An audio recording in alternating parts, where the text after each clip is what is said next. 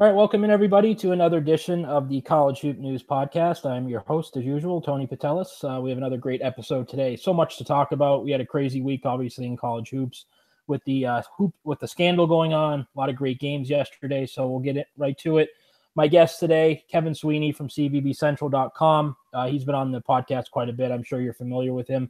One of the fastest growing college basketball pages on Twitter, to be honest. Also has a new podcast, the CBB Central podcast. You can find that, I believe, on YouTube and on SoundCloud. Correct, Kevin?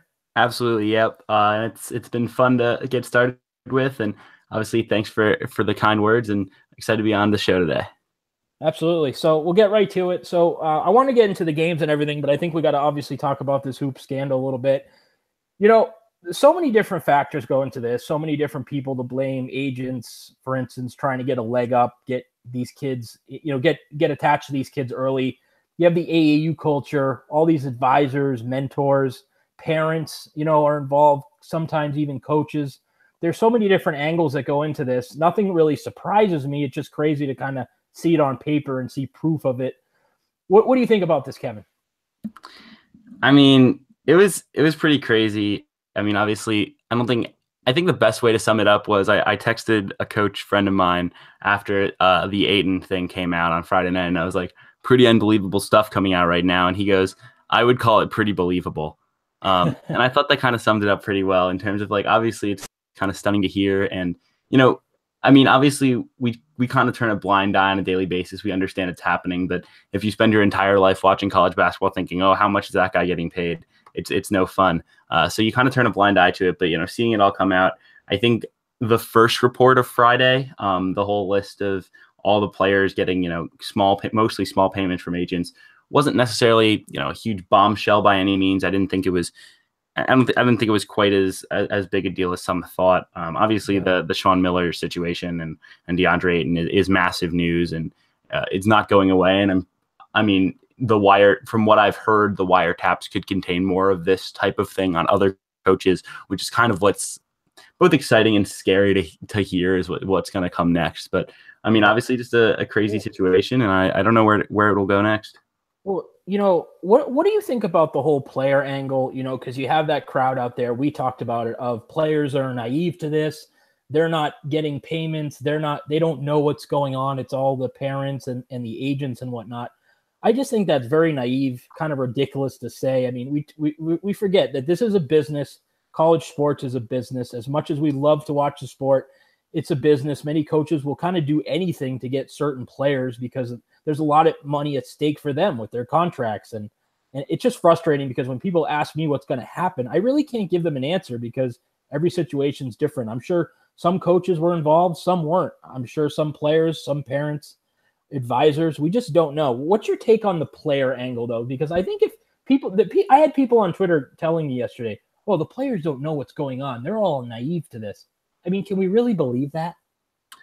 I mean, I certainly can't. I think it's tough because obviously you want to believe that these kids aren't, playing coaches against each other, but it'd be ridiculous to suggest that they, I mean, I'm sure there are situations in which handlers are really screwing the kids over and they're not actually, thinking about the kid's best interest, maybe taking some money and then pushing a kid in one direction or the other.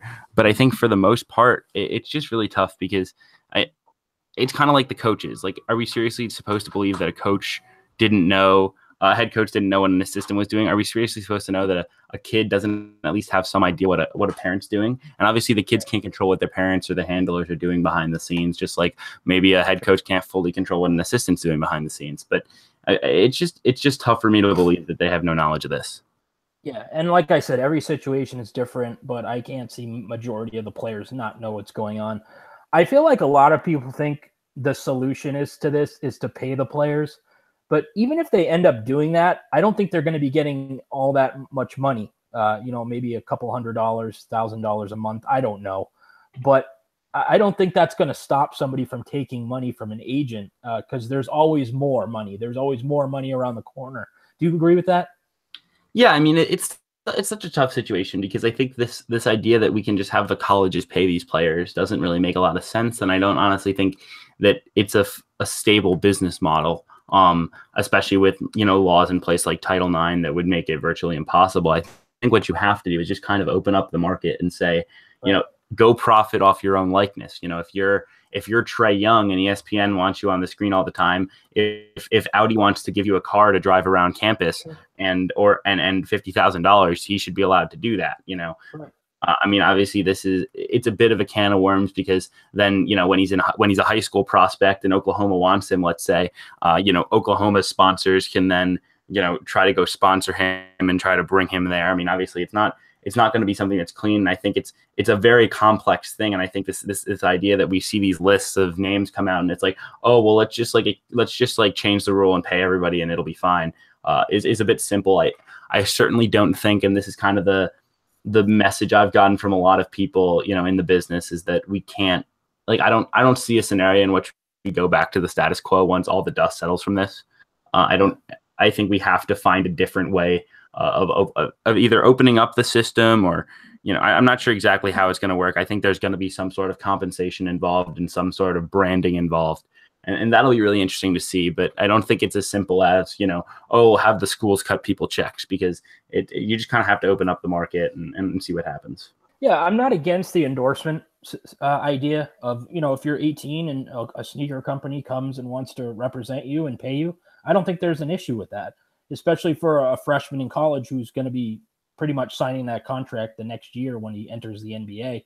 And I think maybe, the one and done rule, if they get rid of that, I think that'll obviously help the situation as well. Do you think so? Yeah, I think the one and done helps. I think the one thing that's really interesting about the endorsement deals, and I was just kind of thinking about this, is, there's so much money in that for the schools and for the NCAA right now, in terms of, massive money from shoe companies to schools to have that contract.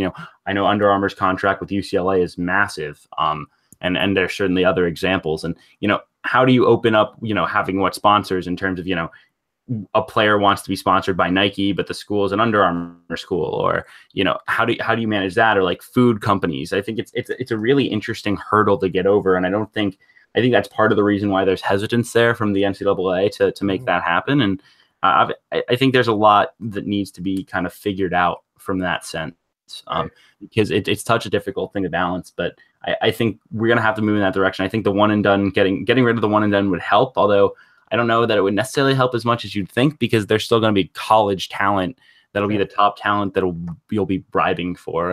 It'll just change the bar of which talent that is. And, it's like a broken record, but the NCAA needs to punish accordingly. Taking banners and vacating wins just doesn't get it done.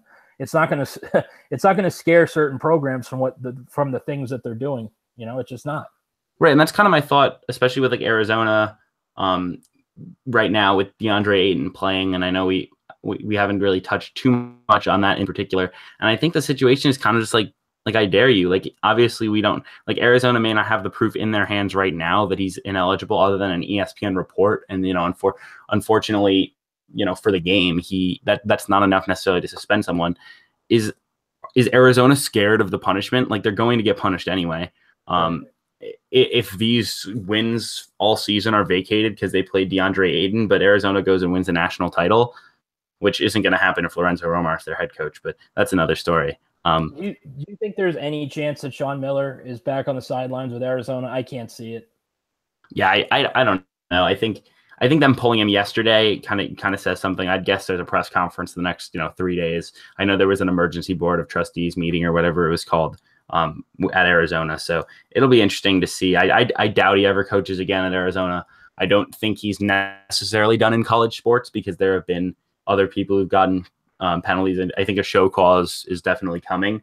So it's going to be a while, but to suggest that he won't ever have another college job unless he doesn't want one. I think it's obviously very possible he just kind of moves into the NBA, although I'm not sure he makes sense in the NBA because he's more of a recruiter than a elite game coach, but it'll be interesting to see. I think he's definitely done this year at Arizona. Did you have any problem with DeAndre Ayton playing last night? Do you think he should have played? What's your thought on that? That was kind of the weird thing for me, is I thought you should hold out Ayton, but at the same time, as I said, what's scaring Arizona from playing him? Right.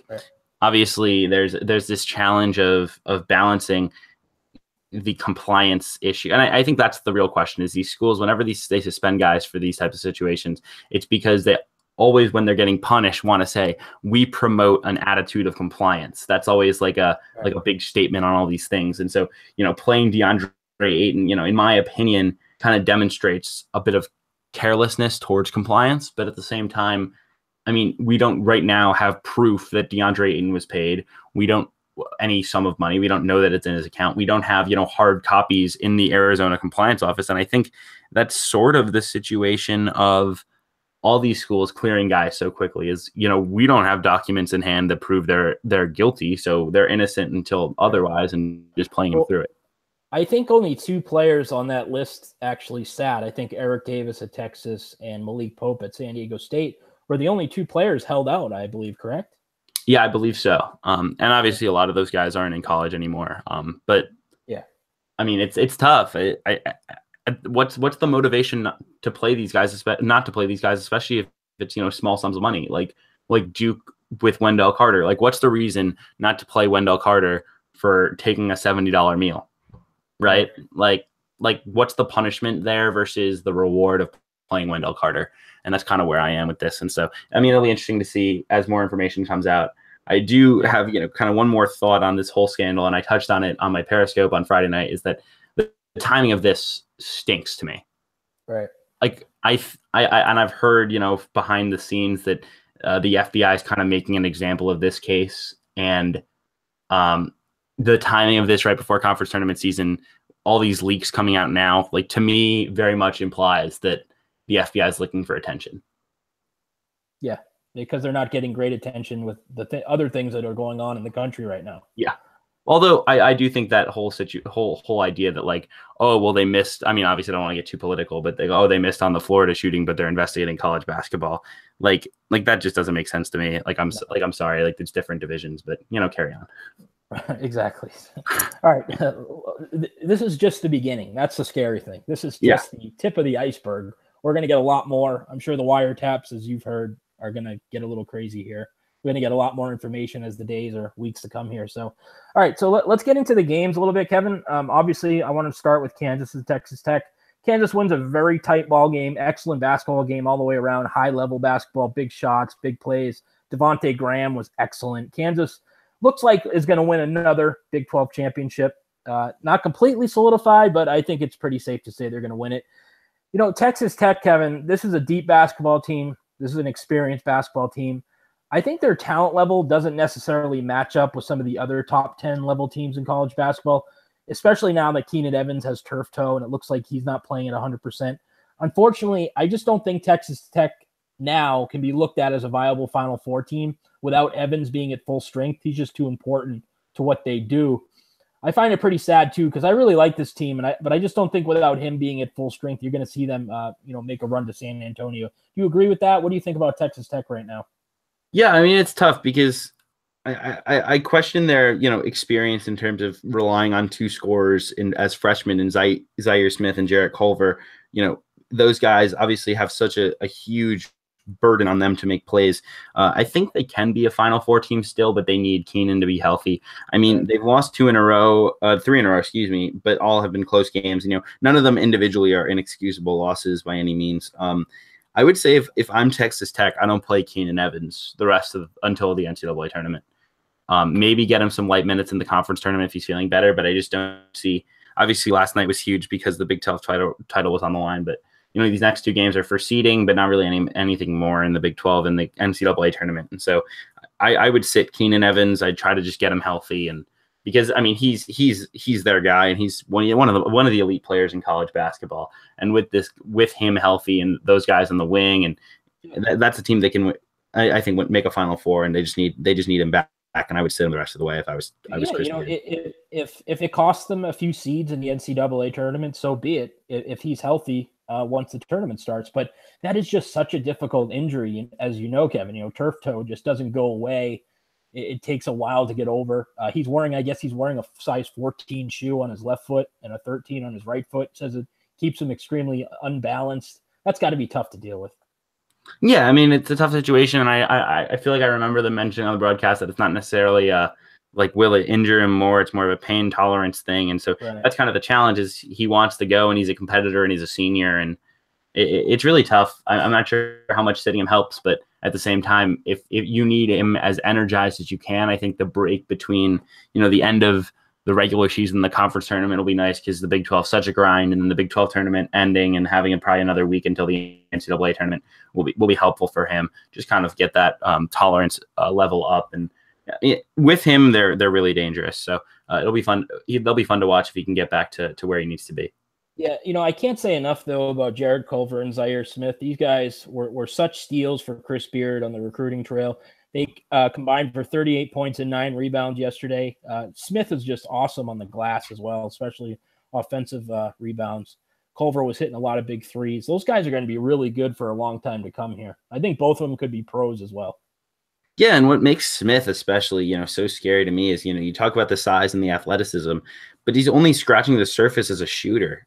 He's shooting over 40% from three this year, but he's taken so few attempts, not necessarily a threat to shoot from beyond the arc unless he's wide open. Has a summer here to develop that. He's so athletic. He's over a steal a game guy, over a block a game guy, super efficient, super strong, driving to the rim and rebounding. He's going to be a fun guy to watch long term in this league. And if you're Chris Beard, you have to just imagine that there's going to be more coming up, coming through the pipeline, because he's such a good recruiter in terms of finding guys that fit his system and then developing that talent. I don't know too much about the recruiting class coming in next year. I know they had a big visits this weekend, I believe, with the with game day in town and all. I believe it was Kevon Moore, who's a 4-star wing, who would fit their system perfectly. Also looking at Georgia Tech and a few other places, Ohio State or so it'll be interesting to see, but I think they're going to continue to do a great job out there in Lubbock, and whether they make a Final Four this year or in the future, just an unreal hire with Chris Beard. Yeah, looking at Kansas, I think Devontae Graham is starting to make a push for National Player of the Year. I thought he was tremendous yesterday. He's averaging 18 points a game, 7 assists, 4 rebounds. He's shooting 42% from three. I don't think we're giving him enough credit in this National Player of the Year race. Do you agree? He's just so good. His assist to turnover ratio is awesome. I know you listed all the other key numbers. It's funny when you say the name Devontae Graham and when you watch him play, you don't see that's the best player in the country. But at the same time, you sit there and you just watch the body of work accumulate, and it's tough to say he's not right up there. I mean, obviously I think Trae Young still deserves consideration. I know a lot have jumped off the bandwagon. I don't necessarily haven't, just because the numbers are so superb at the college level, and then obviously Jalen Brunson's been incredible for Villanova and just so hyper efficient. But I think Devontae certainly belongs in the discussion. Yeah, I absolutely agree, and I think he could make a pretty good push here, because I think Trae Young's kind of fell back a little bit. Yep. I think Brunson's probably the favorite right now. But I think Graham's definitely in the mix as well. Speaking of Trae Young, Oklahoma yesterday finally gets a win. They beat Kansas State 86-77. So that's a nice quality win NCAA tournament-wise. Kansas State's a pretty good team. I think Trae Young really needed a game like this. He played great. He was very efficient. He had 28 points. He was 7-11 from the field. He was 6 for 10 from 3, 8 from 10 from the free throw line. He had 7 assists and 5 rebounds. He's been so inefficient lately. I thought yesterday he really showed that he's still capable of putting up big numbers efficiently. I thought he played great. Did you see any of that game? I didn't watch too much of it. I got to see a bit of it. I thought that the big thing was he just looked so free and confident. Right. I felt like the last couple of times I watched him, there was a palpable weight on his shoulders in terms of just the pressure that was on him to succeed with Oklahoma struggling, and he's expected to be the guy at all times, every time he steps on the floor, every time he puts the ball on the deck, receiving all the criticism and all the hype. And I mean, it's been tough for him. I thought the guys around him played a lot better. I think they had a much better defensive performance, although Kansas State isn't necessarily an elite offensive club, so that kind of fed into it a little bit. But Oklahoma, it's obviously a big win. I still am not sold on this team, making a run here.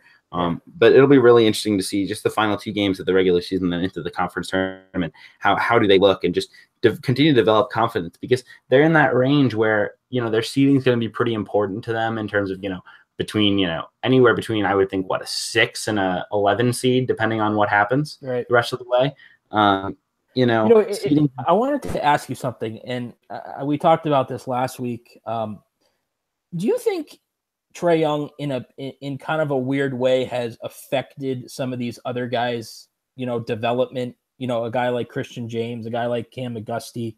Do Do you think him taking so many shots, taking so much of the production away from those guys, it's kind of affected their development? Because I expected more from some of these guys this year, but I mean, Young just takes so many shots during a game. Yeah, I mean it's difficult because last year I think we saw some of that upside from Cam McGusty in particular. I think James kind of struggled last season overall. I think it was the right move by Lon Kruger to, hyper role play all of these guys in terms of Christian James, you're this, and Brady Manick, you're this, and everything fits perfectly around Trae Young. And they don't, and me and Brad kind of touched on it on our podcast a little while ago, is that they have no one who's an elite offense creator other than Trae Young. In terms of, I don't feel confident down the stretch of a game in giving the ball to Cam McGusty and telling him to get a bucket, or telling Christian James to go get a bucket. Trae Young's the only guy on this team who can consistently get his. And so that's been a challenge for Trae, I think, because there's just not a lot around him to go, help him when he's struggling. But I think there's a certain level of things being stunted. I think it's a certain level of that's how the offense is run. And that's, it makes sense for Oklahoma to run their offense that way. I mean, it's definitely an interesting case. I don't think they have any, all Big 12, even really all that close to all Big 12 players other than Trae Young. And I think it's scary to look ahead next year when Trae Young isn't there, because they don't have any like elite recruits coming in. And it's going to take some interesting jumps. And I think we won't know for sure what these guys are until Trae leaves. Yeah, I agree with that. Looking at Texas, they escaped yesterday with a 65-64 win over Oklahoma State. I believe Kerwin Roach had a layup with about two seconds left to win that ball game. Is this an NCAA tournament team to you? They have some pretty good metric numbers. Their RPI is 53. Their KenPom is 43. They have some really nice wins. I mean, you can't deny it. Butler, Alabama, TCU, Texas Tech, Oklahoma. But when I watch this team play, I don't see it. What do you think about the Longhorns? Yeah, I was just kind of about to say that when I watch them, I don't say NCAA tournament team. But At the same time, I mean, it's tough because I think because the Big 12 is so solid, they get the benefit of, every loss. No one's like, oh, wow, Texas lost to that team. Like, other than maybe Iowa State at home would be a loss that you would consider a bad loss. Nothing else is a bad loss in the Big 12. And so they kind of get excused for that. I mean, but you look at the recent games, 48 points against Kansas State. That's unacceptable. They beat Oklahoma, but that wasn't exactly that impressive given where Oklahoma was at that point. Blown out at TCU, lost at Kansas State. The win over Oklahoma. I mean, they're really, since the win over Texas Tech on January 17th, their resume is like, it's nothing. Every game they've won has been either over Iowa State at home, Ole Miss at home, both bad teams, and then at Tech, and then they had 2 wins over Oklahoma when Oklahoma was bad, and they won yesterday by 1 over Oklahoma State. Like, they just don't pass the eye test for me. It's going to be a struggle. I think they're kind of a prime fit of a team where it's just going to depend on what they do in the conference tournament. If they bow out the first round, they're probably done. If they steal a win, they're probably in. And they're absolutely abysmal to watch. I mean, they are so bad offensively. They can't shoot. They're just an ugly team all the way around. Yeah, it's like watching Siena for me. It's just like every time I turn it on, I'm like, why am I doing this? I know. It's pretty ugly. Shaka Smart, you hear his name quite a bit on the hot seat talk level. I don't think they're there yet. I think maybe next year his seat could get warm. But do you see him possibly losing his job this year if they don't make the NCAA tournament? Yeah, I mean, I think it's interesting. I don't think Texas would fire him, and I don't think Shaka's a quitter. But I think the perfect kind of situation here is Shaka gets a chance to go, take a soft landing, if you will, and find another job this offseason. I'm not sure what's exactly going to open up. I don't think like Ole Miss would intrigue him. I think Pitt could intrigue him a little bit. I feel like I remember reading that his wife's from the area, so who knows? There are some jobs out there that I think could interest Shaka Smart, and some people would love to have a name like Shaka Smart in the program. I think there's a legitimate debate of how good a coach Shaka Smart is, because, with the exception of the Final Four run, what's he done in his career? And I mean, he won at VCU, but who hasn't won at VCU? Right.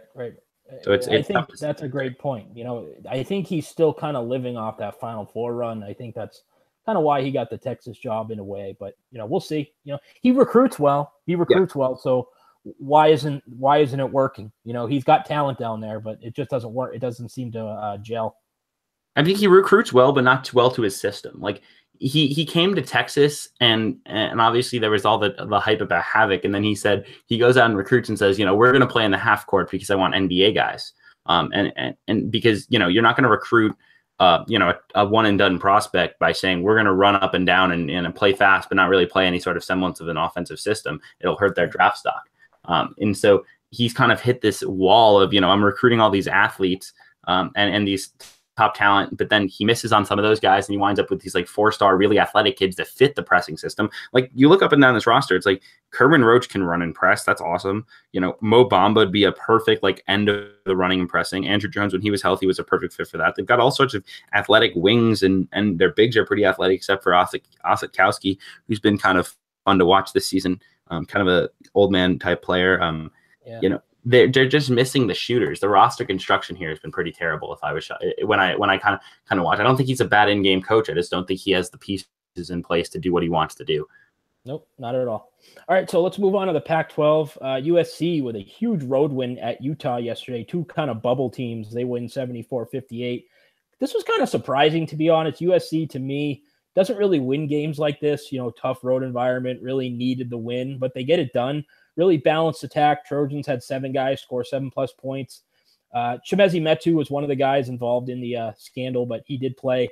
They held Utah to 40% shooting, 23% from 3. It's kind of the same story with USC. Extremely talented, very capable, but you just never know what team's going to show up. They kind of remind me of Alabama in a way. Really talented team, but just very inconsistent. What do you think about the game yesterday and the Trojans in general? I have no idea what I think of USC. As you said, they've just been so up and down. I think DeAnthony Melton officially leaving the program does, as strange as it sounds, kind of help. Not that I think he's a bad guy or he's a bad influence. I just think it was just kind of hanging over the program's head. Now that Benny Boatwright's now out, I don't necessarily know if he was the best for chemistry there. I mean, they're still so deep and they're athletic on the bench, and Jordan McLaughlin's pretty elite point guard, and Metu is a pretty big force down low. And so, I mean, if they're an 11 seed, like we've kind of said it all year, like if they're like a 10-11 seed, who wants to play them? So it'll be interesting to see if they can find their way in. I mean, I personally think their resume is a little better than a lot of people give it credit for, just because I don't think any of their losses are too like inexcusable. Stanford's not great. Washington's not great. But none of those are like horrible losses. The SMU loss doesn't look as good as it did. Like they've won pretty much the games they're supposed to. The only bad one's the Princeton one. That's kind of an albatross.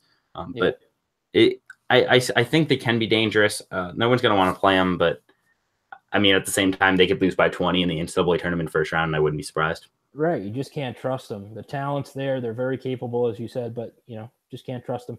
All right. So the Pac-12 tourney, I think this is going to be one of the more important conference tournaments because you have so many bubble teams. You have USC, UCLA, Washington, Utah, Oregon, got a big win last night. They're kind of not dead yet. They're obviously have to, pile up a few wins here. But now that Arizona loses Alondro Trier, possibly for the rest of the season, DeAndre Ayton could be sat down at any point. They lose Sean Miller, obviously the coach.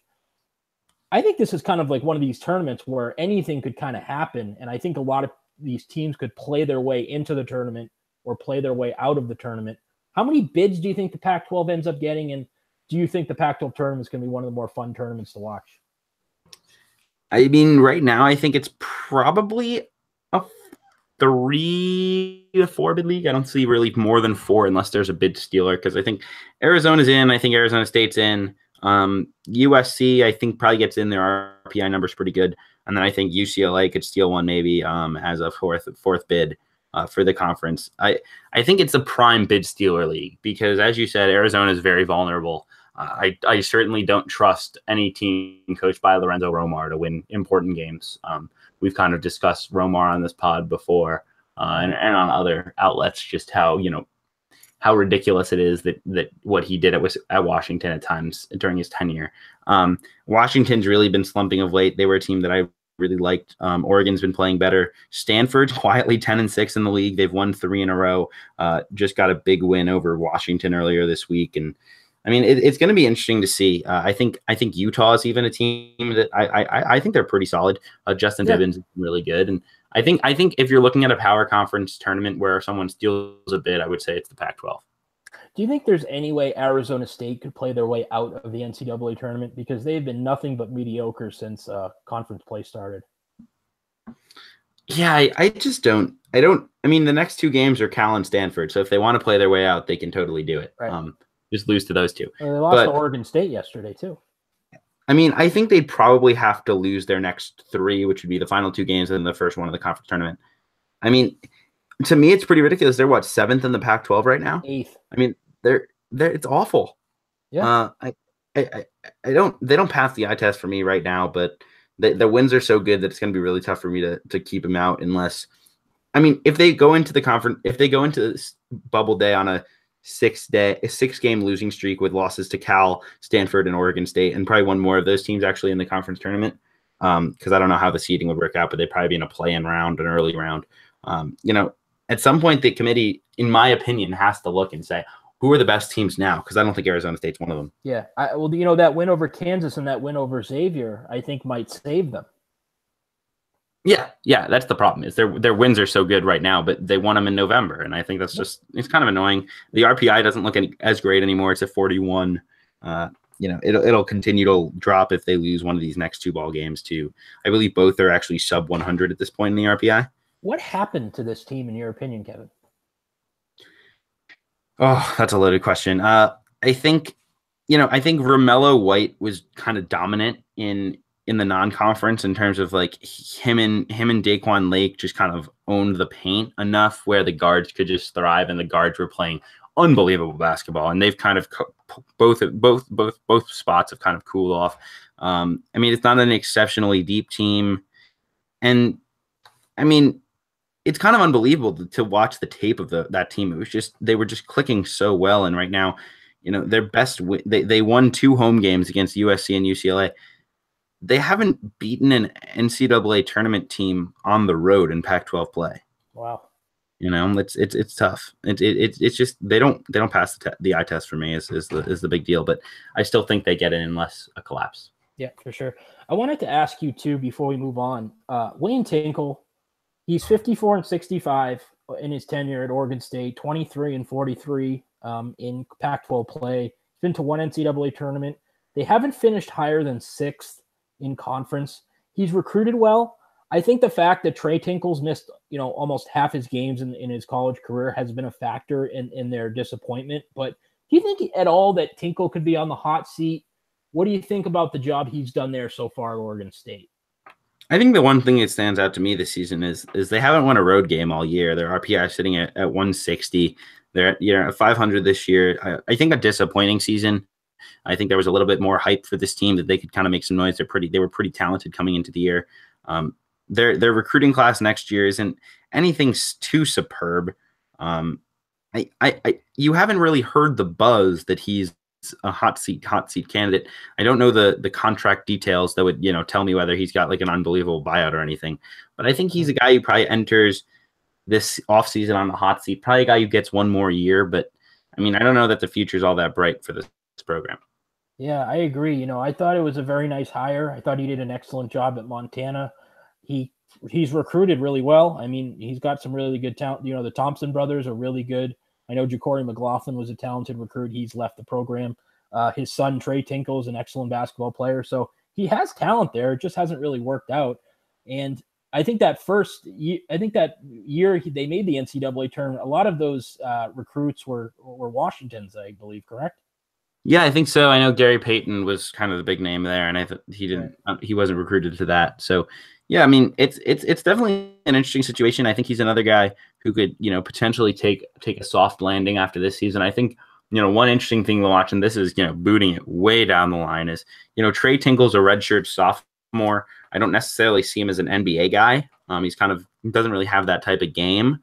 Could you see him coach one more year, Wayne Tinkle coach one more year, get fired, and then Trey follow Wayne to wherever he wants to be as a grad transfer? Right. No, that's a good point. Maybe he's just more fit for like a place like Montana where he had a lot of success, maybe in a mid-major school, something like that. But it's kind of disappointing. I too expected a lot more from Oregon State this year. I didn't think they'd be an NCAA tournament team per se, but I definitely thought that they could maybe make some noise in the Pac-12, maybe finish, mid, fifth or sixth, something like that. But they're sitting in 10th place right now. So let's move on. I wanted to talk about Virginia real quick, Kevin, the ACC champs. It looks like they locked up the ACC yesterday with their win at Pitt. They're 26-2 overall. They're 15-1 in the ACC. Tony Bennett kind of proves everybody wrong again. I don't think people question this team's system during the regular season. I think this is more of a postseason concern. I think this team is going to have a lot of pressure, in my opinion, to make a deep run this year because of the March woes that they've had in the past few years. They've had some success. Don't get me wrong. They made a Sweet 16 in 2013-14. They made an Elite 8 in 2015-16, but they were 1 seeds then, and I think a lot of people expected them to make a run to the Final Four. They did not. Is it more of a postseason thing with this team, and if they can win in the postseason rather than just a regular season type of deal? Yeah, I think they've kind of accomplished everything. I think they will get a bit of a pass this season just because the expectations weren't high. If they go as a 1 seed and lose in the Sweet 16, I think there will be obviously the people who say, oh, Tony Bennett's system doesn't work in March and like yada, yada. But at the same time, I think people will be like, oh, well, this team, wasn't expected to be here. They've had an unbelievable season. I think we've kind of discussed this a little bit. I think they're a little better suited for March just because obviously Kyle Guy and Ty Jerome aren't, plus defenders, but, Nigel Johnson, I think makes a bit of a difference because he's kind of this quick scat guard who can come in off the bench and give you some good minutes defensively, especially I think against, a point guard who comes in like last year, they had a really tough time with Chris Chioza because they just couldn't match up. And I think that'd be an interesting matchup where they could bring in Nigel Johnson and compete. I know Mamadi Diakite is kind of an underrated piece in terms of because he's a little more athletic and switchable. Same with DeAndre Hunter, can kind of defend almost 1 through 5, depending on your matchup. And so that helps them. I think the pace thing is real because in the NCAA tournament, if a team gets hot from 3, they can kind of hang around and run out to a lead and see if they can run away and hide and not let Virginia come back. I trust Virginia a little more this season than I have in the past, just because their guards just make shots, and not that London Parentis and Malcolm Brogdon didn't do that, but it's tough because there's a part of me that says this team is going to have more March woes, but at the same time, they haven't shown me anything this regular season that implies that they will. So it's tough. My man crush level for DeAndre Hunter is growing by the day. I just wanted to mention that very quickly. He's wonderful. Great player. Yeah, he's going to be a stud. He's definitely a future NBA guy. And he's doing pretty well this year. He's coming off the bench, averaging 9 points a game, almost 4 rebounds. So he's definitely was a great pickup for the Hoos. They don't score a lot of points, Kevin, but they're extremely efficient at the points they score. They're 4th in the country in 3-point percentage, and they're 9th in field goal percentage. So, they can score when they want to, but still, their scoring offense is 307th in the country. So I think that's always going to scare people. Yeah, it's obviously a fair concern, but as you said, they are super efficient. And it's just when you look up and down the country, like which teams do I want with the ball in my hands with 2 minutes left in a tie game? Like I want Villanova to have the ball with Jalen Brunson, but I also want I want Virginia to have the ball. Excuse me, with Kyle Guy, who's going to hit shots, and Ty Jerome, who's made so many big plays this season, and Devin Hall. I mean, other than the Virginia Tech game that I think they gave away, Virginia Tech would have 1 loss all season, which was on the road at West Virginia, a team that is kind of a terrible matchup for Virginia, just because they're going to speed you up and pressure you and kind of take them out of their comfort zone. Yeah, for sure. I think there's going to be a lot of pressure on this team. I think we're going to see if they can make a deep run this year. Tony Bennett, I think, can kind of solidify his tenure there with a Final Four run this year. So it'd be interesting to see. Louisville, I think, might have saved their at-large hopes yesterday. They got a big road win at Virginia Tech, 75-68. To me, they still don't have the necessary resume as an NCAA tournament team, in my opinion. Their metrics are pretty good. They're 34th in Ken Pom. They're 49th in RPI, so not terrible. They've had 2 wins over Virginia Tech, and they beat Florida State. That's pretty much it. Is that enough, do you think, to get them in the discussion or in the tournament rather than out? I think it puts them in the discussion for sure. I think they're not going to beat Virginia this coming Thursday. Beat NC State on the road would be a nice win, and then conference tournament will be interesting. They'll be right there. I just, they don't. I mean, they pass the eye test to a certain degree with their athletes, but like they haven't beaten anyone. They've had so many chances, and the only team they've really beaten that's any good is Virginia Tech, as you mentioned, and that's a horrible matchup for Virginia Tech. Virginia Tech is a team that doesn't have a ton of size, and is a little bit of an undersized team that Louisville's length can really bother, and their size up front can affect shots. And I mean, they don't have an elite scorer, I think, is the big deal. I think Deng Adele is putting up the numbers, but to me, just hasn't really had the season I'd hoped he would have. I mean, if you told me he was going to average 15 a game, I would have been like, oh, like that's fine. But he just doesn't pass. Like when I watch him play, I don't say, wow, that's the elite player that I thought he could be. Quentin Snyder's kind of taken a step back this season. Just I think partially because he doesn't have quite the weapons around him. VJ King's been solid, but he's a 9-point a game guy. And so it's interesting. I think they do find a way in. I mean, they say brands don't matter, but I think it's a little ridiculous to say that the Louisville brand doesn't mean something come Selection Sunday. Yeah, I think you mentioned VJ King. I think he's kind of been disappointing. I thought he would be a bigger time scorer for them. He hasn't. I think Ray Spalding has been a nice story for them. He's played really good. He's a really athletic big. I like his game a lot. Averages almost 2 blocks per game, 9 rebounds, 12 points. I think he's probably been maybe their best player this year overall. Yeah, I think that's definitely a fair assessment. I think he certainly he just impacts the game in so many ways with his wingspan and his ability to kind of rim run and just kind of put backs and alley oops and things of that nature. I've been impressed. I mean, his numbers aren't amazing with Jordan Nwora. I think he's been a guy only playing about 12 minutes a game, but he's pretty long. He's got the game ready body. He's averaging about 5 points, 6 points, 2 rebounds a game, shooting the 3 pretty well. I think he's a piece for them long term. It's been tough. Me and Brad, I kind of have this question for you, Tony. We were discussing all this hype about David Padgett doing a great job with this Louisville team, and Brad was like, no, like he's not really doing that good a job. Obviously, he hasn't let the wheels come off, but this team was expected to be a lot more than it has been.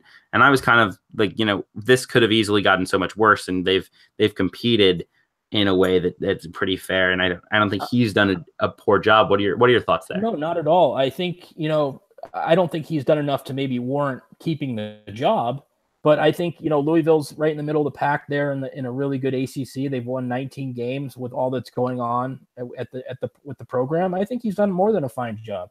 I mean, they have a chance to win double digits in the ACC. I think he's done fine. Yeah, I mean, it's tough because obviously there was talent to be a top 25 team. I guess the question is, we'll really never know this answer is, if Rick Pitino was there, is this a top 25 team? Like, was this team flawed all along and we just overrated them preseason and David Padgett takes the hit, especially without Brian Bowen, who I think really would have helped them on the wing. Right. Well, that's what I was just going to say. They lost some recruits because of this situation. So you're missing some really talented kids on this roster that could have helped for sure. Right. Yeah. I mean, it's an interesting situation because I don't watch this team and say this isn't a top 25 team because of coaching. I say, this team just isn't built that well. No, I mean, to be sitting at 19-10, 9-7 in the ACC for everything that's gone on, I think David Padgett has done a fine job. Again, I don't think he's going to keep the job long term, but I don't think you can argue or complain about what's been the outcome so far. Yeah, pretty much agree there. Yeah. So a couple more teams I wanted to hit in the ACC. North Carolina, they've been red hot. They've won 6 in a row. I just love this team's core, Kevin. Joel Berry, Luke May, Theo Pinson, Kenny Williams, so much experience. They've been there before, coming off a national title. Their young bigs are improving. I still think they have an outside chance at a 1 seed. I was talking to Eli Betker earlier today. He actually has them as a 1 seed right now. When you match up their resume with Xavier's, a lot of people think North Carolina's is better. I love this team. Do you think they're a Final Four caliber club? See, I go back and forth there because it's just, I mean, on paper, the wins indicate that they should be. I don't usually watch them and come away that impressed. I think part of it is they play down to their competition to a certain degree at times this season. I think the 1 seed conversation will kind of come down to the Duke game coming up on this coming Saturday, the 3rd, right during conference tournaments. Man, that sucks anyway. But, moving on, I think this North Carolina team Roy Williams has done a really good job of building this team into the system and perfecting what they are. I mean, we came into the season saying this team is flawed. They don't have depth up front. Obviously, Luke May has been a complete surprise. I don't think anyone thought he'd be averaging 18 and 10, but I mean, none of the other bigs have really been that impressive for them. But they've done a great job, in my opinion, of surrounding May and playing this kind of 5-out style, 4 in, 1 out, and then Luke May kind of flashing out to the perimeter and shooting threes, where it allows them to be versatile offensively and it gives space because I don't think Joel Berry's an elite driver. I don't think Cam Johnson's elite off the bounce. Kenny Williams, Theo Pinson the same way. But when you create all this space, it allows those guys so much more room to get to the rim, and I think it really helps this team.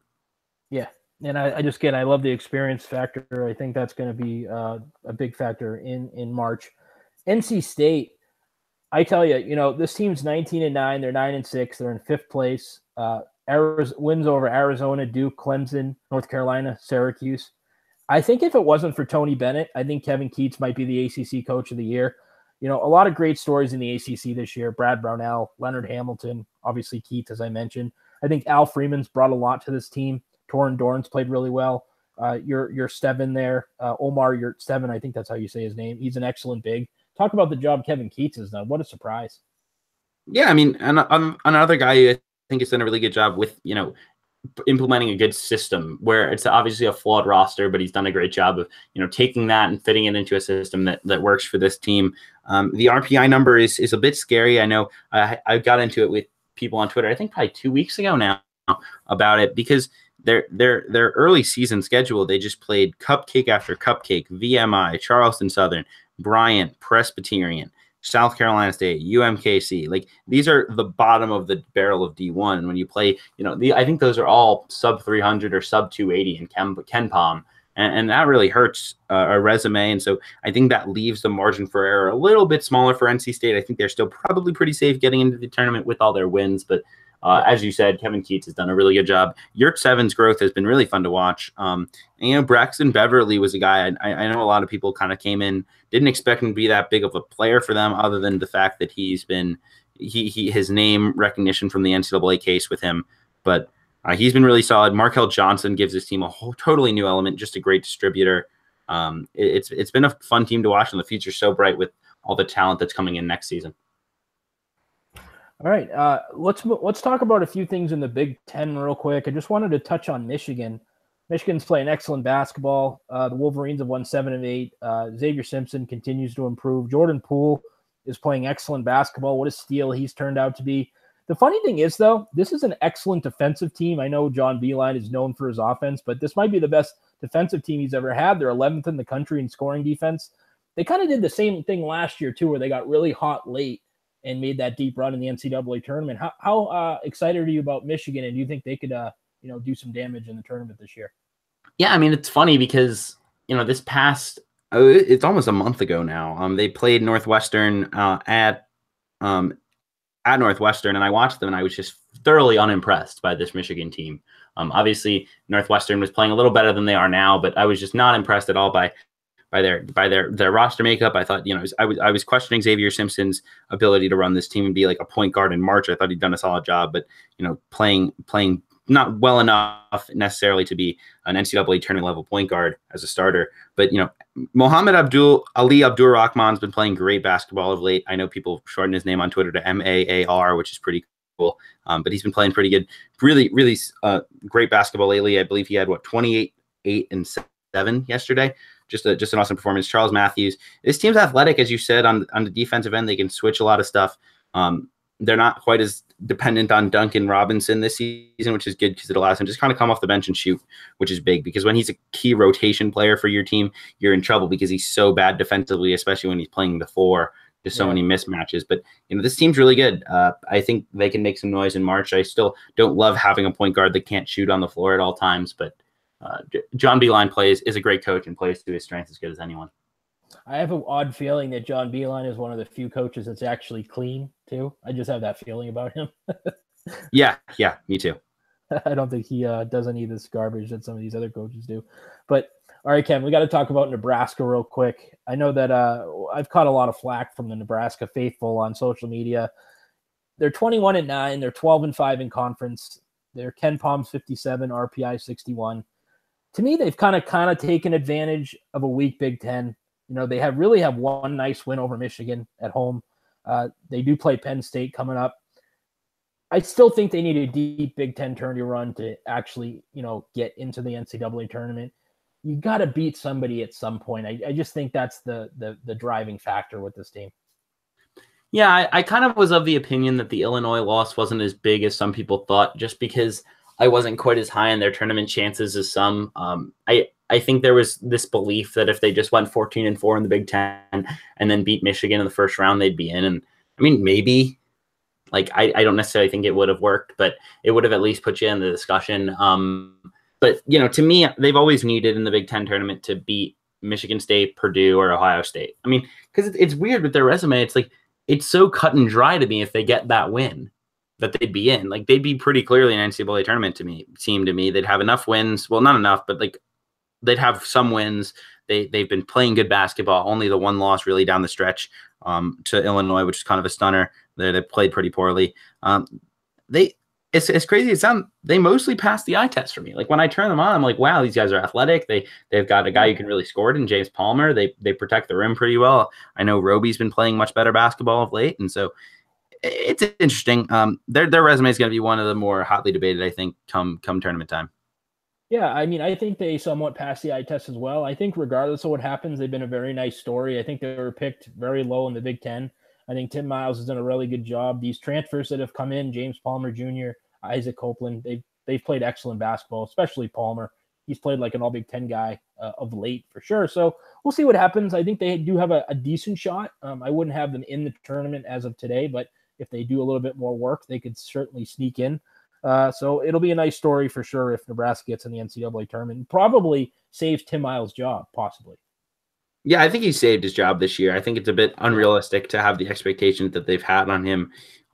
He's done a great job with this team, and make no mistake about it. And obviously the future is in doubt, especially if James Palmer were to go pro. I know there's been some talk about it. I certainly don't think that it would make sense for a guy who's shooting 33% from three and is 6'6" to go pro right now. But I mean, you never know in this day and age in college basketball. And so, I mean, there's a chance that all these guys come back and this is an NCAA tournament team. They could lose some guys. It'll be interesting, but I think he's definitely saved his job. Yeah. All right. So I got to get a little negative here, Kevin. We're going to talk about Northwestern. You're a student. You've been around the program quite a bit this year. You're doing a lot of great work at the school. What went wrong with this team? They're sitting at 10th place, 15-15, 6-11. Huge expectations this year. I think they were picked 4th. They were a top 25 team preseason. In your humble opinion, what happened with the Wildcats? Where do I start? I mean, it's tough. I think obviously there was part of it was this team wasn't as good as we all thought. They were a bit flawed last season, and then to lose a guy like Sanjay Lumpkin hurt them defensively. When you're playing, I mean, for their defensive numbers are good. They're one of the top 40 scoring defenses in the country. But you know, part of that is pace, because they have had to slow the game down. At any given time, they're playing Bryant McIntosh, who's a below-average man-to-man defender, Scotty Lindsey, who's a below-average man-to-man defender, and Gavin Skelly at the 4, or Aaron Falzone, either one of the two, is a below-average defender. So if it had to go to this zone, it worked for a little while. Then teams have kind of started to break it a little bit. Bryant McIntosh has been hurt this season for a lot of it. I know for senior day he played, but he could barely lift his arm over his shoulder pregame. He couldn't lift his arm over his head at all. It was it's been tough to watch for him, and you could see the emotion. I was at the press conference after the game. He was just so frustrated, with how it's all gone. I know they touched on how Coach Collins and all of them really touched on how this season doesn't define their legacy here and what they've all done. But it's certainly been frustrating. Vic Law now injured. Everything's kind of went wrong. There's really you want to look at this thing and say there's some positives to take away from the season, and it's tough to find any. Derek Pardon's played well. I think he's a double-double guy next year. Anthony Gaines has had some bright moments down the stretch here. They need a point guard because, you look at the future of this team. They're bringing in some really good recruits. They're bringing in some wings, especially that are pretty athletic and long, and they can improve defensively next year. But they need a point guard to run the show. The offense has been pretty bad this year as it is. To lose McIntosh would be, and not have someone in the wings to replace him, would be pretty devastating. The fact that McIntosh didn't start 2 games because of injury, and then they played Gaines, who's not a point guard, at point guard over Isaiah Brown, indicates to me at least that Isaiah Brown's future at Northwestern as a point guard isn't very long. we'll see what happens there. But I think they, if they can go get a grad transfer point guard, they can be good. I tweeted about this the other day, but other than that, it's been tough. It's been a tough season. They don't have much energy left, and they're drained and worn down by everything that's went wrong all season. Yeah, it's pretty disappointing because they were such a great story last year. Not only getting into the NCAA tournament, but winning a game, exciting game over Vanderbilt, and they also played Gonzaga really tough. So I think that I thought was going to kind of springboard this team into more success this year. Just hasn't happened. I just think they maybe played above their heads last year, and they weren't as good as we necessarily thought. Yeah, I mean, last season was magical, and I was actually on a Northwestern basketball podcast the other day, and I kind of touched on the idea that Northwestern last year, everything went right, and you can kind of feel with a basketball team that has positive energy, if you will, that every loose ball goes their way, and every 5-0 run winds up going to Northwestern, and things just go right when you need a bucket. That three when you're trailing and need a bucket goes down. And this season, it's felt like everything has gone wrong.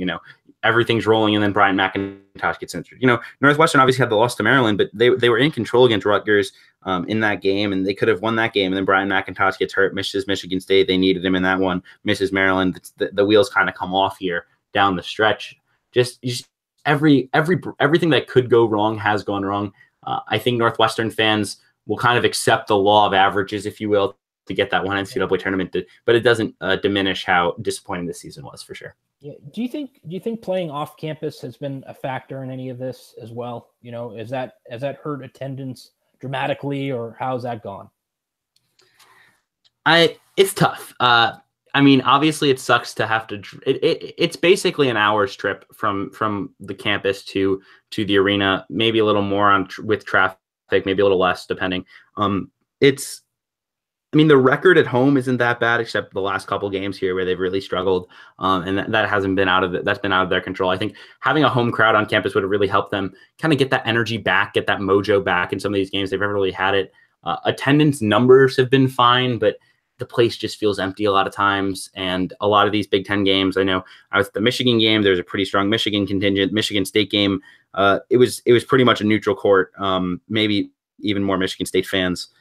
Wisconsin game had a lot of Wisconsin fans, even though Wisconsin's down. So it's been tough. I know they're really looking forward to getting back to Welsh Ryan. And Scotty Lindsey kind of touched on it in the presser. He said, I mean, they all were thankful for All-State Arena and the opportunity they've had to play there. But at the same time, someone mentioned, was it tough to take your jersey off today, or what did you cry on senior day? And Scotty said something to the extent of, it wasn't maybe if it was at Welsh Ryan, where there's obviously a tie to this stadium and everything it's meant to this program. And it's going to be really cool next year. It's going to be super nicely renovated. It's going to be that nice tight feel that like a Cameron Indoor has where you can get really loud, even with a lack of, fans. I think people kind of forget when they comment on Northwestern crowds.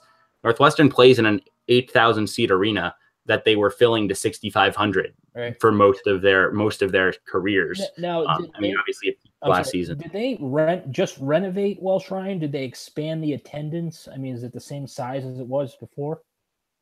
So they basically took the building and they ripped it down to the studs. It's going to be the same size. Actually, I think it's cutting capacity by about 500 just because they're expanding some concourses, putting in more chairback seats. It's never been something where a lot of fans were able to get to games and pack a place. So when you have a 6,000 fan game at All-State Arena and people are like, oh my God, this place looked empty. I mean, it would have looked fine at Welsh Ryan. Okay. Yeah. Well, that's good for the schools, especially. Always nice to see. DePaul obviously did the same thing. They have a brand new arena, which you've been there. It's beautiful, correct? Oh, it's awesome. Yeah. Wintrust is great. I think they kind of hope for if you build it, they will come, and they didn't come this year at Wintrust Arena. The fan turnout hasn't been great. But I think if the team gets rolling, people in Chicago will support a winner. Loyola just sold out their game this weekend, and ticket prices on the secondary market were high. Down at Gentile, I didn't get a chance to make that one, but they were packed. And obviously Welsh Ryan was nuts last year down the stretch, and I think if DePaul can get it rolling and be on the bubble hunt in March, maybe next year after, maybe if it's when Dave Leto leaves, they can get it packed. Yeah, Loyola's building. I know you've been there. That looks like a really cool place to watch a basketball game. Yeah, I mean it's kind of a perfect mid-major venue in that. Sure. I mean, it's certainly not the biggest place, but it has mostly chairback seats. It's got awesome video boards. They've done kind of a perfect job of, we're not going to be able to build this massive arena, but let's put in something that works really well for us. They have some decent concourse areas. The place, it's got like a low ceiling, so that the place gets super loud. It gets super echoey, which is pretty cool. And they packed it last game against Illinois State. The last one I made it to, Missouri State, was pretty busy as well. And the place gets loud like some of the better atmospheres I've been in. So it was really cool to watch. And Porter Mosher's building something awesome there. Yeah, we're actually going to talk about Loyola a little bit to finish off here. So I just had some random thoughts for you, Kevin, so we can finish the podcast up. A lot of mid-major stuff, but I did want to ask you about Kentucky. I just watch out for this team, guys, everybody, because they're getting better. They've won 3 straight against really good competition. They beat Auburn, Alabama. They crushed Mizzou last night. I like this Kevin Knox. Every time I watch him, I like him more and more. I didn't realize how good he was. I don't watch a ton of, or pay attention to a ton of high schools, basketball, but Jared Vanderbilt has really come on. They're definitely getting better. Are you sold on this team yet as maybe a dangerous team in the NCAA tournament? I mean, I think they have a chance to make noise. I think what makes them, interesting is on one hand, they don't really shoot well, and that's going to be a concern because especially with the guys that bring off their bench, it's not like they bring in a bunch of shooters to kind of space out the floor. PJ Washington can't really shoot. Jared Vanderbilt can't really shoot. But those guys are beasts off the bench in terms of guys who come in and bring so much energy and rebounding and toughness. You combine that with Wenyen Gabriel, who spaces the floor and can kind of play 1 through 5 defensively. Shea Gilgeous-Alexander is super athletic. Knox can defend a lot of positions. Diallo's athletic. This team is scary athletic, and so I think they have the chance to be elite defensively. They've been a lot better the last 3 games, 72, 71, and 66 in the last one, actually, in terms of point totals, which is pretty impressive. I think they can own the glass. I think they're finding their identity as a team that kind of destroys the glass and is athletic defensively, and then makes enough plays offensively to win ball games. Yeah, I think they have a pretty good shot to win the SEC tournament. I think they're playing the best basketball out of anybody in the conference right now. Maybe Auburn you can make a case for too, but Kentucky's definitely dangerous. I think they're going to be a team to watch out for in March. Middle Tennessee State. Let's talk some mid majors now, just to finish up. Now, don't get me wrong; they passed the eye test tenfold. They're 23-5. They're 15-1 in CUSA. I'm not sure they have the wins on their resume to be an at-large team. Their best win really is Western Kentucky. Their RPI is great. They're 23. They're 42 on KenPom. They did beat a few SEC teams in non-conference play, but Ole Miss, Vanderbilt, pretty below average. Do you think they're going to be an at-large club? Say they make it to the CUSA final and they lose. Do you think they can get in? I think they can. I know the precedent of RPI is interesting. I know there's never been a team, I think it was 28 was the worst RPI, the best RPI to ever not make the tournament. And they still have a chance for another big win. I think it'd be a quadrant 2 win over Western Kentucky on Thursday night. That'll be big. Marshall at home. I mean, 2 really big challenges before the conference tournament. I mean, they passed the eye test. They don't have the elite wins, but they actually have some sneaky things. And we were talking about this with Eli on me and Brad's podcast, was that, they're a team that the quadrant system could really help because they have wins that, like, Murray State on the road right now is a quadrant 1 win. That wouldn't have been a win that necessarily would have been seen as so incredible. But because they're emphasizing road wins and emphasizing that's a top 75 road win right now, that's a quadrant 1 win. And so that's something that could help them. I think they have 3 quadrant 1 wins as of now, might be able to get 1 more depending on how the RPI shakes out during the conference tournament. I'm hesitant to say they have a good at-large chance given where they were seeded last year after kind of running the table throughout the season. I think they were 30-4 coming into the conference the NCAA tournament, but I just have a tough time leaving them out for some of these teams that are on the bubble right now. Yeah, I agree with you. I think they certainly passed the eye test, and I think the win total is really good, and just go out and win the Conference USA tournament. You don't have to worry about that. So we'll see what happens. I wanted to ask you about Dikembe Dixon, UIC. I guess he's going to transfer, apparently. Just a very odd time to transfer. The season's not even over yet, and he decides to transfer. What did you think about the timing of all this and the just overall thoughts on it? The announcement timing is odd because Dixon is a guy who, I understand the timing in terms of this would basically make it his senior day because he'll be he'll be his last game, and so they have a game tomorrow. No, it's today actually against Wright State, where he can kind of get honored, if you will. So I understood the timing from that perspective. But definitely weird to announce that, to the public before you're trying to win an NCAA, win a Horizon League tournament, go to the NCAA tournament, and it's kind of been something you're working for, and then your leading scorer announces this. It's certainly interesting timing. Dixon's kind of struggled this year. I know he's averaged 14 a game, but his efficiency numbers have not been good.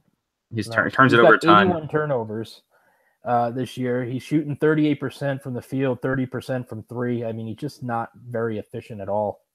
Yeah, and I don't know what his interest level is going to be, because, I mean, obviously he's a talented player, and obviously the first year after an ACL, they always suggest that year can be a struggle. But he's a redshirt sophomore, so he'd be a sit one, play one based on the rules where you get 5 years to play 4. I don't see why the NCAA would give him a waiver for that, because it's just one injury year and a transfer redshirt.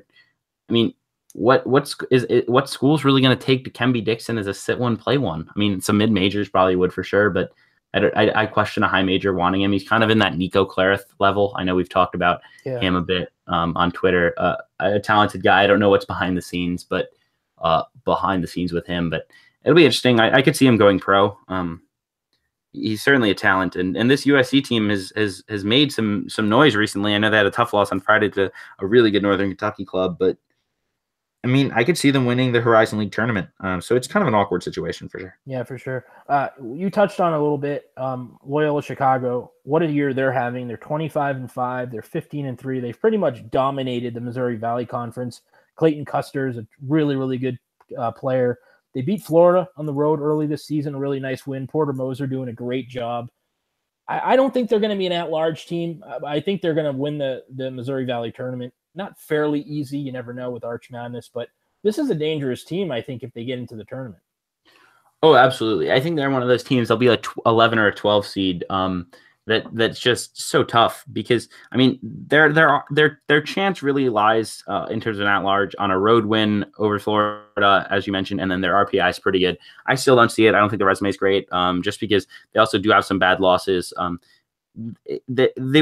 The only way they really get in is if they kind of excuse some of these losses in that late December, early January timeframe. Clayton Custer wasn't there for those games. He's going to win Missouri Valley Player of the Year. But this team's so dangerous because not only they can play 5 out with they're so athletic on the wings, and Custer's been great, but then they also have a freshman big man in Cameron Krutwig, who's 6'9", 260 pounds, only averaging 11 points and 6 rebounds, which is, I mean, obviously great numbers for a freshman, but he's doing it in 24 minutes, 60% from the field. He's a wonderful, wonderful passer, only averages 2 assists a game, but that guy sees the floor extremely well. When they play through him in the post, I think that's when they're maybe most dangerous. And so, I mean, that's a team I could definitely see as like a Sweet 16 type team if they get the right draw. Wow, that's pretty surprising, but we'll see. I mean, very good team, as you said. Last team I wanted to ask you about tonight before we get out of here, Grand Canyon. So much hype around this school, so much hype around this team. I just think they've been somewhat underwhelming. Don't get me wrong, they're 19-10, they're 8-5, but I think we kind of looked at this team as a WAC championship team, maybe as the favorite. I know a lot of people did. You know, Oscar Freire is a kid that I think a lot of people were looked upon to, take a big step up this year. I think he's been somewhat disappointing. What do you think about the overall team and just, Freire in general? It's such an interesting case, and obviously there's so much attention that goes with this team and everywhere they go. I think there was a bit of, looking back, I think we should have seen, when you're building your backcourt around Josh Braun, who can't create space off the bounce, Casey Benson, who can't create space off the bounce, and Oscar Freire, who can't shoot. That's kind of a concern if that's going to be your 3, and then you're going to play a 4-man in Keontae Vernon, who can't shoot, and then you're going to play a 5 as a freshman. I mean, that should have been more concerning to us on paper, just kind of the things that I try to look back and self-reflect on. But I mean, it's interesting because, in my opinion, the future is still bright. I mean, I think a lot of people have kind of tried to take this thing down a notch, but they're only in their first year of D1. Alessandro Lever has been a guy as a freshman who is down the stretch been just incredible, like WAC Player of the Year type next year level. I mean, he's been unbelievable good. I don't have the stats in front of me, but he's had several, 20-point plus performances. Freyer's got all the talent in the world. He just kind of has to capture it all, improve as a shooter, and improve and just play more within himself. But the talent's there. They've got a top 150 kid coming in next year in Tim Finke, who can shoot the three as a 6'6" kid, kind of Josh Braun 2.0. So it'll be interesting. I think the future's still bright, but they got to start winning next. I think they have to have another 20-win year next year if things start to lose their luster. Yeah, it's just been so difficult because New Mexico State is just so damn good. Yeah, no, they're unbelievable. And I mean, Grand Canyon, they're going to win 20 games this year, but they're going to do it by beating Chicago State and UMKC and Mississippi Valley State and Grambling and UC Riverside. Like, they didn't play anyone. And so like you said, it's been a bit of a disappointment. I think some people kind of threw unnecessary expectations on this team, given where they were coming from and where they needed to be. Yeah. But and they had opportunities in the non-conference to impress. They played St. John's. They lost that. They lost to Boise State. They got crushed by Louisville. So they also played Illinois, got smoked by them. I thought that was a winnable game for them possibly, and just didn't work out. Yeah. I mean, I as I said, I think the future's still bright, but Josh Braun's really regressed this season. I think that's kind of the big thing as well. Everyone had him as WAC player of the year, and he's averaging 12 points a game, 3 rebounds, 2 assists, not shooting the ball as well as I think we expected him to shoot at only 38% from the field, 36% from the three. He's obviously not healthy. I know he's had several knee surgeries in his career, and it's kind of taken a toll on him, it seems. Yeah, and I think, again, I just think Freyer was the guy that everybody looked upon to maybe be an all WAC player this year, and it just hasn't worked out. So we'll see if they can turn it around. And, hey, you still have the WAC tournament. You never know what can happen, although I think New Mexico State will run away with it, but we'll see. I think New Mexico State's going to win an NCAA tournament game this year. I really do. It's interesting because you feel like they might have peaked a little early. I know they had the tough stretch where they lost to Utah Valley and Seattle. I mean, neither game inexcusable, especially on the road. But they played Grand Canyon close before that. And then, it's crazy to sound. They only beat Chicago State by 11 at home. That's kind of a worry sign. So maybe they peaked a little early. I know Utah Valley is a pretty dangerous club. Grand Canyon, they're kind of – so I'm sort of souring on New Mexico State. Not to say they haven't been awesome this year and they couldn't win a game with the right matchup. And certainly Chris Jantz has done a wonderful job with his team. But I think the WAC tournament's a little more wide open than a lot of people are giving credit for it, just because New Mexico State isn't quite playing the level of basketball they were earlier in the season. Yeah, absolutely. I could see that happen. We'll see. All right, so that's going to wrap it up for today's episode. Thank you, everybody, for listening. Kevin, thank you for joining as usual. Kevin's been on that podcast now, I think, about 72 times, so we're going to have to get some different guests on because he just doesn't get it done. I'm just kidding. There should be a track of me predicting Virginia as a top 10 team. That should be like your header on the podcast. I really didn't want to talk about Virginia tonight because then we would have to give you credit for it, but you did call it. I did. All right. So everybody, thank you for listening again. I will be back tonight on Periscope at 9 p.m. with Eli Betker. College Hoop News bracketology show is coming back tonight, so that should be a lot of fun.